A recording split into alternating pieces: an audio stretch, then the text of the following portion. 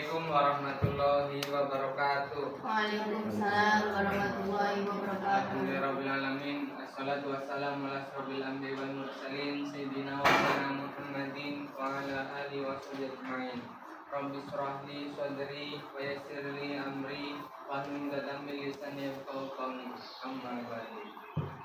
Yang saya hormati Bapak Ibu guru SMP Tahfiz Burhanuddin Wijaya, pertama-tama mari kita panjatkan puja puji syukur atas Allah Subhanahu wa taala yang telah melimpahkan nikmat taufik hidayah kepada kita semua sehingga pada pagi hari ini kita dapat berkumpul dalam keadaan satu alat dan Allahumma amin. Dua kalinya salawat beserta salam semoga dapat tercurahkan kepada junjungan kita baginda Muhammad sallallahu alaihi wasallam yang kita nanti-nantikan sapanya besok umur kiamat.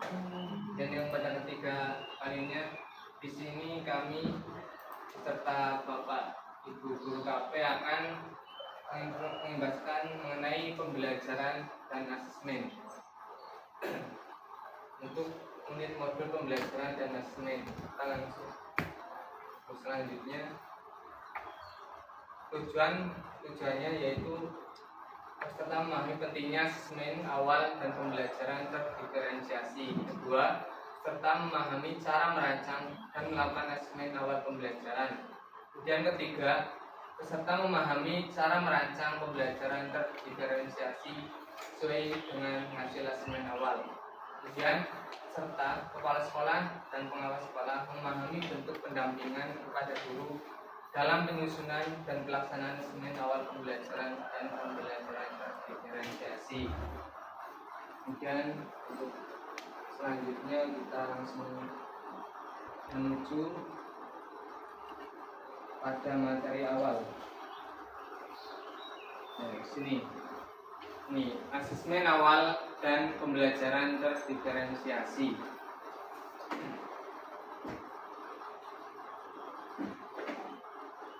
Untuk asesmen awal pembelajaran, anak-anak coba ini contohnya ini, anak-anak coba kalian ingat kembali sarapan apa yang kalian makan pagi tadi, apa yang kalian makan dan minum. Terus ada yang mau berbagi cerita. Memulai pelajaran dengan kegiatan diskusi dan tanya jawab. Langsung menuju ke ini. Bagaimana cara menyusun perencanaan pembelajaran? Nih, perencanaan pembelajaran disusun dalam bentuk dokumen perencanaan pembelajaran yang ada 3 ini ya. Pertama itu fleksibel, kedua jelas, yang ketiga sederhana. Fleksibel di sini yaitu tidak terikat pada bentuk tertentu dan dapat disesuaikan dengan konteks pembelajaran. Kemudian jelas, yaitu mudah dipahami. Dan yang terakhir sederhana, berisi hal pokok dan penting sebagai acuan pelaksanaan pembelajaran. Sederhana tidak selalu berarti mudah, melainkan jelas dan dapat dilakukan. Dan selanjutnya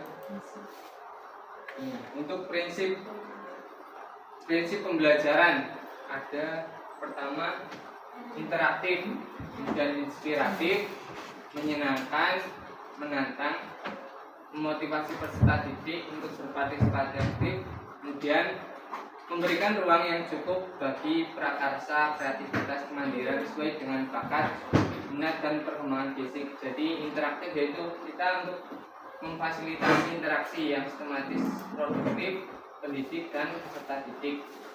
Dan inspiratif yaitu memberi keteladanan. Jadi Bapak Guru memberikan keteladanan menjadi sumber inspirasi positif bagi peserta didik. Kemudian untuk pembelajarannya juga harus menyenangkan.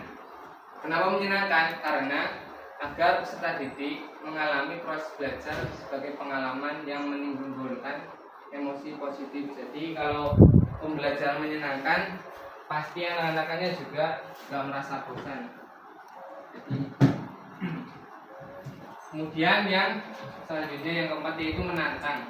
Menantang di sini yaitu untuk mendorong peserta didik untuk terus meningkatkan kompetensinya melalui tugas dan aktivitas dengan tingkat kesulitan yang tepat. Nah, kemudian ini kita sebagai guru juga harus memotivasi peserta didik untuk berpartisipasi aktif. Dan yang terakhir, memberikan ruang yang cukup bagi prakarsa, kreativitas, kemandirian sesuai dengan bakat dan minat peserta didik. Kemudian ini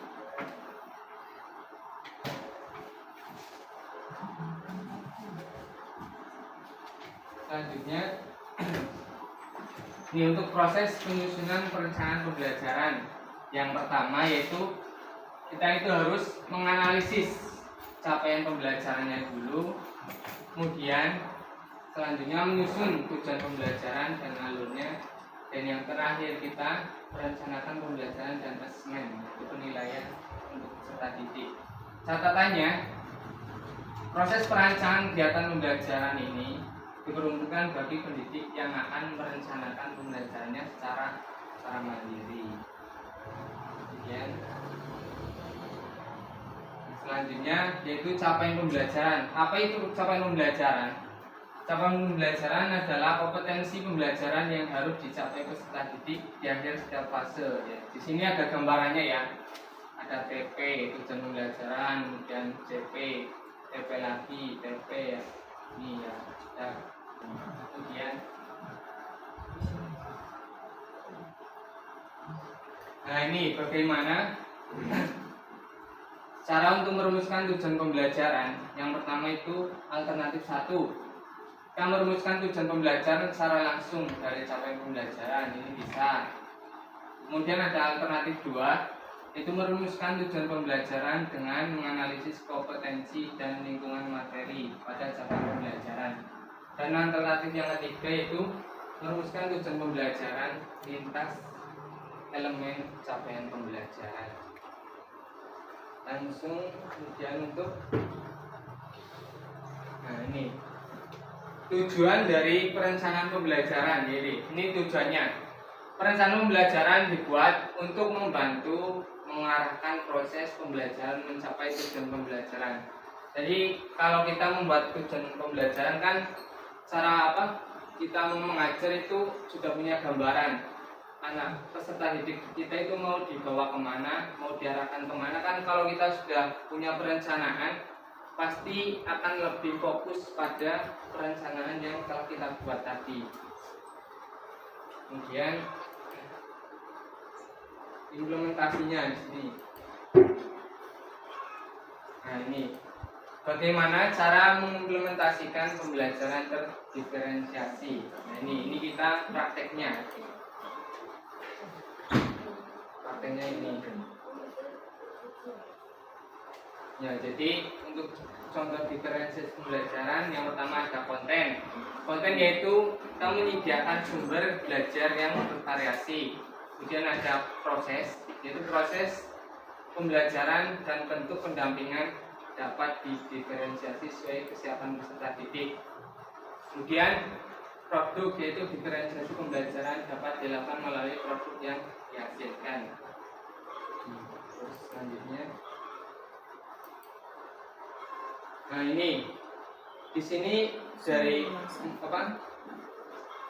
program sekolah penggerak juga di sini sudah ada ya, ada link-link. Ini ada link modul ajar mulai dari PAUD, SD, fase B kelas 4, SMP, SMA. Kemudian rencana pelaksanaan pembelajaran juga sudah ada link-linknya di sini. Catatan, contoh ini bukan format baku. Penyusunan RPP modul ajar disesuaikan dengan gaya penulisan dan penyusunan. Jadi nanti di sini juga ada referensi ya. Ini link referensi. Jadi nanti saya berikan kepada Bapak Ibu guru untuk dirancang sesuai dengan kebutuhannya masing-masing. Di sini juga dari Kemendikbud sudah diberikan link contoh pembelajarannya. Ini itu saja yang dapat saya sampaikan ya. Kurang lebihnya mohon maaf.